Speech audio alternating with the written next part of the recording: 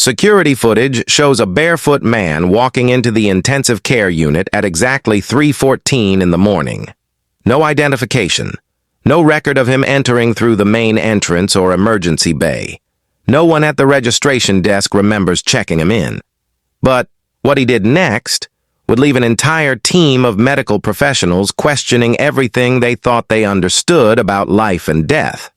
When hospital administrators reviewed the security footage 72 hours later, playing it frame by frame, searching for any logical explanation, they discovered something that made their blood run cold. The man wasn't visible on any other camera in the building, not in the hallways leading to the unit, not in the elevator banks, not at any entrance or exit. Only one camera captured his image. And what that camera recorded would spark an investigation that reached far beyond the walls of St. Joseph Medical Center. Stay with me, because the truth behind this night is stranger than anything you could imagine, and what walked into that hospital that cold November evening would change lives forever. Before we dive deeper, let us know in the comments where you're watching from. We'd love to hear from you, and don't forget to hit that subscribe button so you never miss any of our upcoming videos. The questions began almost immediately. Who was this barefoot stranger who appeared in one of the most secure areas of a major metropolitan hospital? How did he bypass every security checkpoint, every locked door, every protocol designed specifically to prevent unauthorized access to vulnerable patients? Why did his image appear on only a single security camera when the intensive care unit was monitored by 17 different devices, each recording continuously, each linked to the same digital network? And perhaps most disturbing of all, how did his arrival connect to a patient the medical team had already declared beyond saving? A man whose family had been called in to say their final goodbyes. The security director spent 3 sleepless nights reviewing every second of footage from every angle. The timestamps were checked and rechecked. The digital files were sent to external forensic analysts. No tampering, no glitches, no technical explanations. The man was there, captured clearly on camera number 12, standing beside a dying patient's bed. And then he was gone. Frank Harrison had spent 31 years running into burning buildings while everyone else was running out. At 58 years old, this retired firefighter from Station 19 had pulled 47 people from certain death during his career, earned 6 commendations for bravery, and was known throughout the community as someone who never hesitated when duty called. His fellow firefighters described him as the kind of man who would give you his last dollar without thinking twice about it. His wife Margaret said he was the most stubborn person she'd ever met, refusing to slow down even after his first heart attack 3 years earlier. His daughter Rachel remembered him showing up to every school play, every parent-teacher conference, every moment that mattered, no matter how exhausted he was from working double shifts. But on November 14th, Frank's body finally gave out. Severe congestive heart failure, his heart functioning at less than 15% capacity, multiple organ systems beginning to shut down. Dr. Michael Avery, the lead cardiologist at St. Joseph, and a man who had practiced medicine for 23 years, told the family there was nothing more they could do. Frank wouldn't survive the night. The intensive care unit on the 4th floor had been Eleanor Rowe's domain for 18 years. At 42, she had seen hundreds of patients in their final hours, held countless hands, offered comfort when medicine had nothing left to give. Eleanor wasn't the type to make up stories or believe in things that couldn't be explained by science and training. She believed in protocols, in evidence-based medicine, in the steady rhythm of monitors and machines that kept people alive.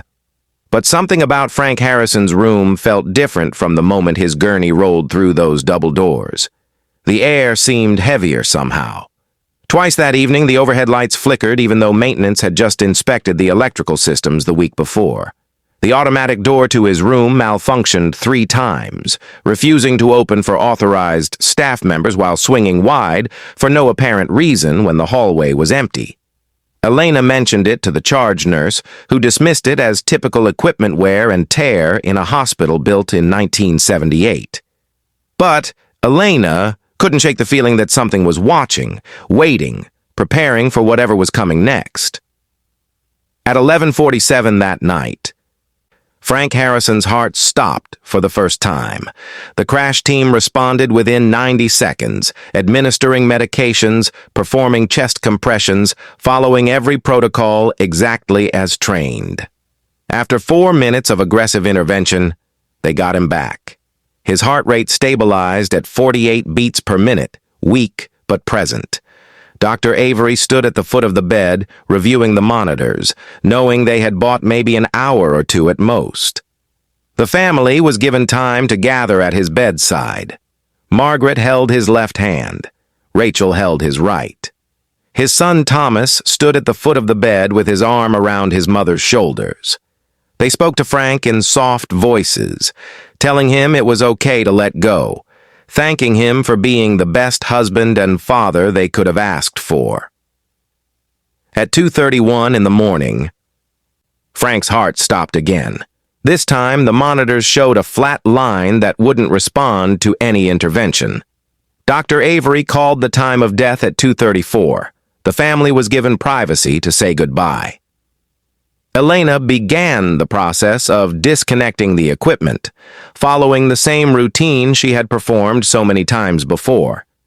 She was reaching for the ventilator controls when every light in the intensive care unit went dark. The backup generator kicked in after exactly 3 seconds of complete darkness. Emergency lighting bathed the unit in a pale red glow, and standing beside Frank Harrison's bed, exactly where Rachel had been sitting moments before, was a man none of the staff had ever seen. He was wearing clothes that looked decades out of place, a faded work shirt with rolled-up sleeves, dark pants that were too short, exposing bare ankles and feet. His face was calm, peaceful even, with an expression that Elena would later describe as infinite sadness mixed with infinite understanding. His hands were clasped together in front of his chest, almost like he was praying or meditating. Elena opened her mouth to ask who he was and how he had gotten into the unit, but no words came out. The man didn't look at her. His eyes were fixed on Frank's face with an intensity that made Elena take an involuntary step backward. The heart monitor, which had shown a flat line for over 2 minutes, suddenly erupted in a cascade of beeps. Normal sinus rhythm, 64 beats per minute, strong, steady, impossible. As alarms blared and medical staff rushed back into the room from the hallway, the barefoot man turned his head slowly toward Elena. His lips moved.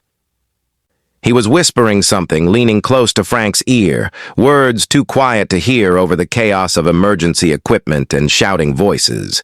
And then he straightened up, took 1 step backward, and was simply gone. Security Chief Raymond Torres had worked at St. Joseph Medical Center for 16 years and considered himself someone who had seen everything. Hospital security dealt with confused patients, aggressive visitors, theft, domestic disputes, mental health crises, and the occasional person trying to access restricted medications. But when he received the call at 3:18 in the morning about an unauthorized person in the intensive care unit, something about the nurse's voice made him move faster than usual. By 3:30, every available security officer was conducting a floor-by-floor sweep of the building. They checked every room, every closet, every storage area. They reviewed badge access logs for the past 6 hours. They questioned every staff member on duty. They found absolutely no one matching the description Elena provided. No barefoot man in outdated clothing. No unauthorized visitors anywhere in the facility. The main entrance required badge access after 8 p.m. The emergency department had security stationed at the doors 24 hours a day. Every other entrance was locked and alarmed. There was simply no way anyone could have entered the building undetected, made their way to the fourth floor, bypassed two locked doors requiring staff credentials, and entered a patient's room without being seen by multiple people and recorded by multiple cameras. But the footage didn't lie. Camera 12, positioned directly across from Frank Harrison's room, showed the man clear as day. Raymond watched it 17 times that first morning. 3:14 a.m., the man walks into frame from the left side of the screen. He moves with purpose, but not urgency. He turns toward Frank's room. The automatic door opens. He enters. Approximately 40 seconds later, the lights go out. 3 seconds of darkness. Lights return. Through the window beside the door, you can clearly see the man standing beside the bed. Another 23 seconds pass. Staff members rush into the room. The camera angle doesn't allow a view of what happens next. But when the staff members exit 90 seconds later to get additional equipment, the man is no longer visible in the room. Raymond pulled footage from every other camera on the fourth floor, hoping to track the man's movements before and after his appearance on camera 12. Camera 9, positioned at the elevator bank 30 feet away, should have captured him approaching. Nothing. Camera 11, covering the opposite end of the hallway, should have caught him leaving. Nothing. Camera 13, aimed directly at the stairwell door, showed no one entering or exiting. It was as if the man had materialized specifically within the field of view of one single camera, existed for exactly 63 seconds, and then ceased to exist. The story leaked to local media within 48 hours. A reporter from Channel 7 interviewed Margaret Harrison outside the hospital, asking about the miracle recovery that had doctors baffled. Margaret, still processing everything that had happened, mentioned that Frank claimed someone had visited him, someone who told him it wasn't his time yet. The hospital administration immediately went into damage control mode, issuing statements about patient privacy and declining to comment on specific medical cases. Dr. Avery found himself fielding calls from colleagues at other institutions, all asking variations of the same question. What actually happened? The theories spread quickly through medical and security communities. Some suggested it was a case of mistaken identity, that the Barefoot man was actually an authorized visitor who had been misidentified in the chaos and confusion of a medical emergency. But visitor logs showed no one had checked in to see Frank Harrison that entire night, and his family insisted they were the only ones present. Others proposed it might have been a hospital employee playing a prank in extremely poor taste. But every staff member on duty that night was accounted for, and none matched the physical description captured on camera. Some pointed to medication-induced hallucinations, suggesting Elena had imagined the whole encounter during a high-stress moment. But that theory collapsed when confronted with the security footage showing exactly what she described. The psychological evaluation angle gained traction for about 36 hours. Perhaps a psychiatric patient had somehow escaped from the behavioral health unit on the second floor, made their way upstairs, and wandered into the intensive care area. Hospital records were checked and double-checked. No missing patients. No elopements. No one unaccounted for during the relevant time window. The timeline was airtight. Raymond Torres created a detailed map of the fourth floor, marking every camera position, every possible entrance and exit, every blind spot in coverage. He brought in a consultant who specialized in security systems to review the footage and equipment. The consultant confirmed what Raymond already knew. The video was authentic, unaltered, and completely inexplicable. They tested the motion sensors in the hallway, working perfectly. They examined the badge readers on the locked doors, functioning normally, with no unauthorized access attempts logged. They interviewed the night shift staff one by one, looking for any detail that might provide clarity. Everyone's story remained consistent. No one saw the barefoot man arrive. No one saw him leave. Only Elena witnessed him in person, and only camera 12 captured his image. It was Rachel Harrison who made the connection that would transform this mystery from inexplicable to devastating. 5 days after her father's impossible recovery, she was helping her mother sort through boxes in the garage, looking for Frank's military discharge papers that the VA had requested. In a dusty cardboard box labeled Station 19 Memories, Rachel found her father's old photo albums from his early years as a firefighter. She was flipping through images of young men in uniform, crew photos, equipment shots, and scenes from various emergency calls when one photograph stopped her cold.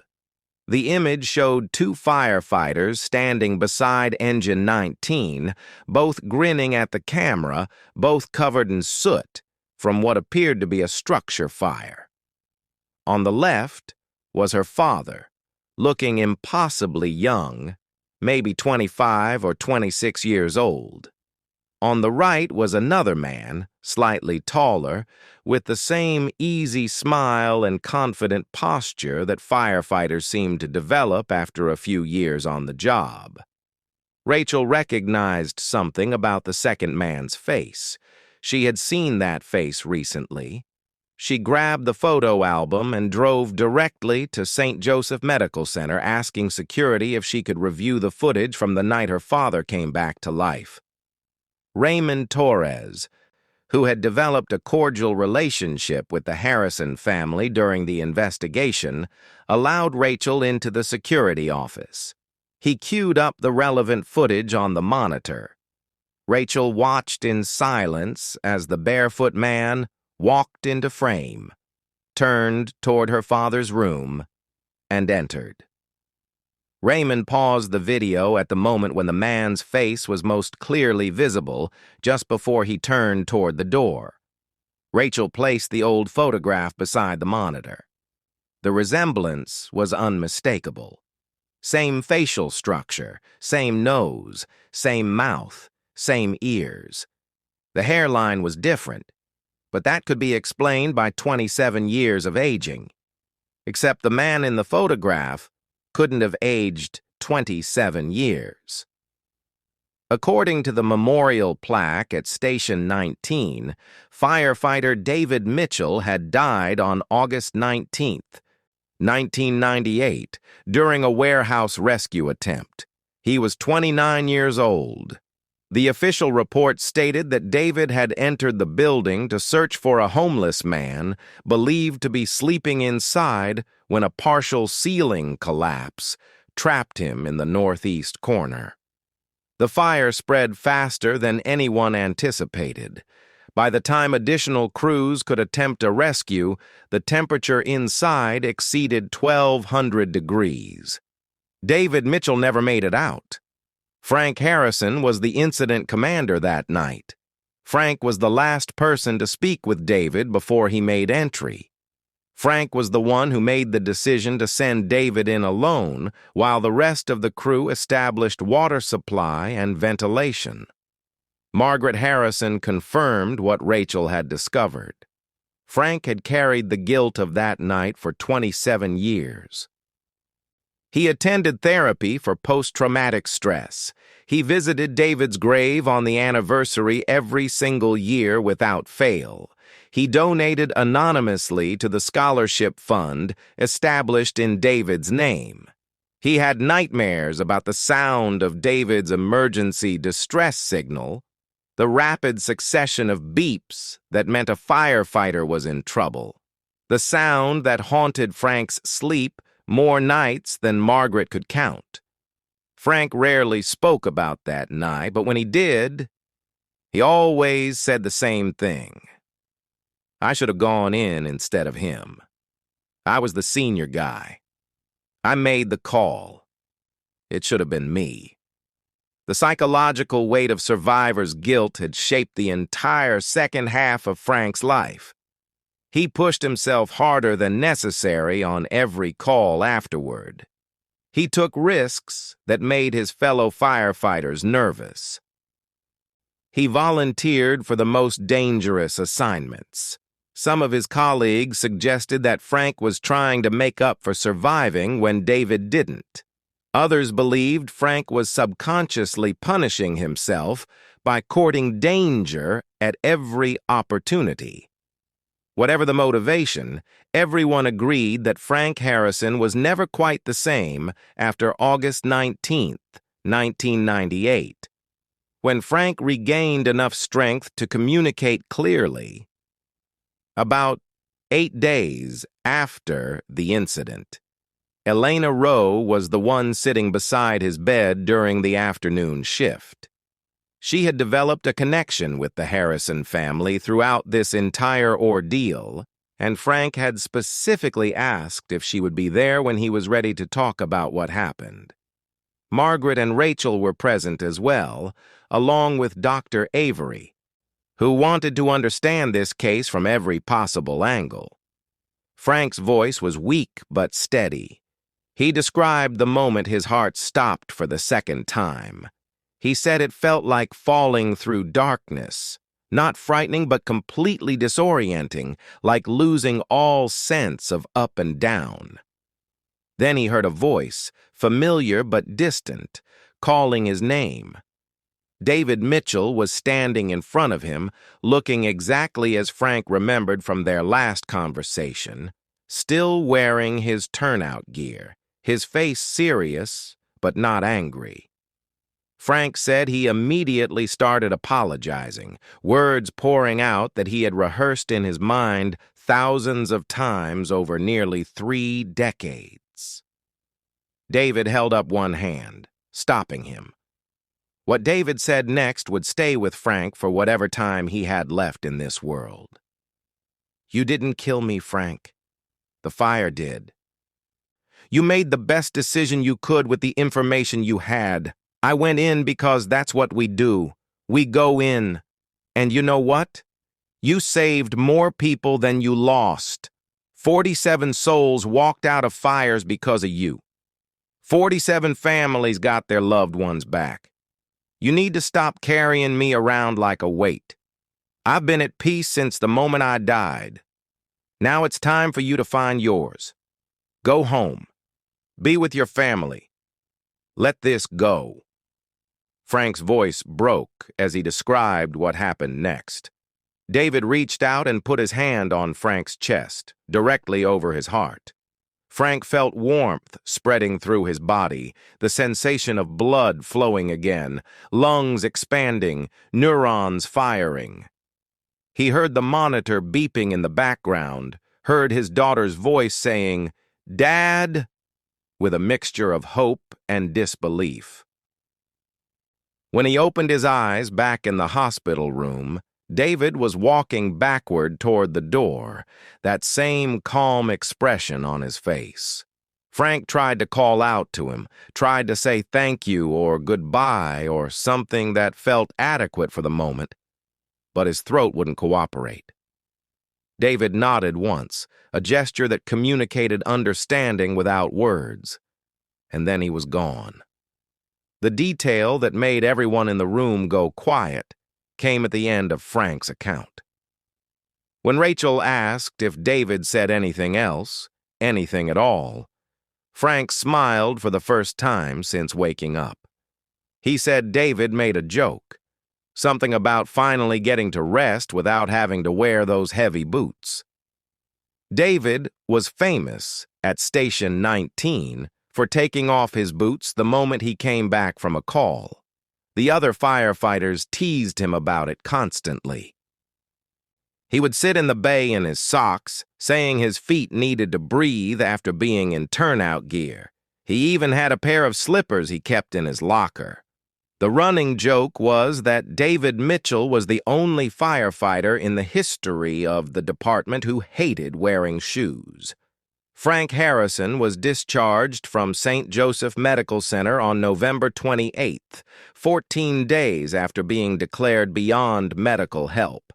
His heart function improved to 42%, a level his doctors described as unprecedented given the severity of his condition.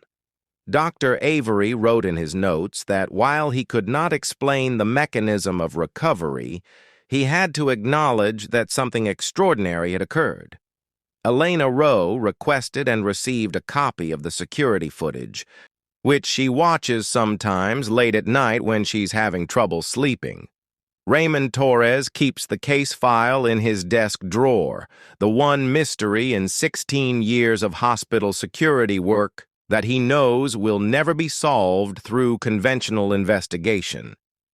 Margaret and Rachel created a scrapbook combining photos of Frank's career with the images from that night, a reminder that some stories transcend explanation.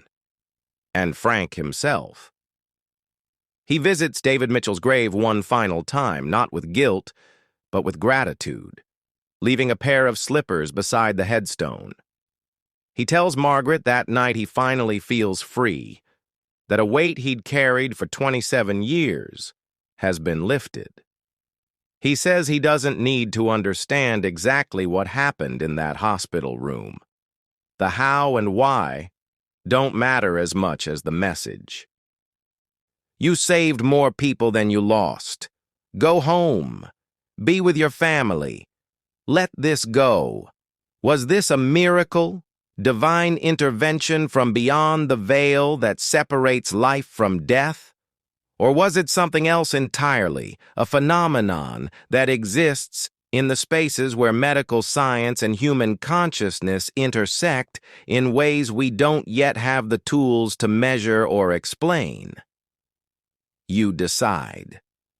Before we go, let us know in the comments where you're watching from. We'd love to hear from you. And don't forget to hit that subscribe button so you never miss any of our upcoming videos.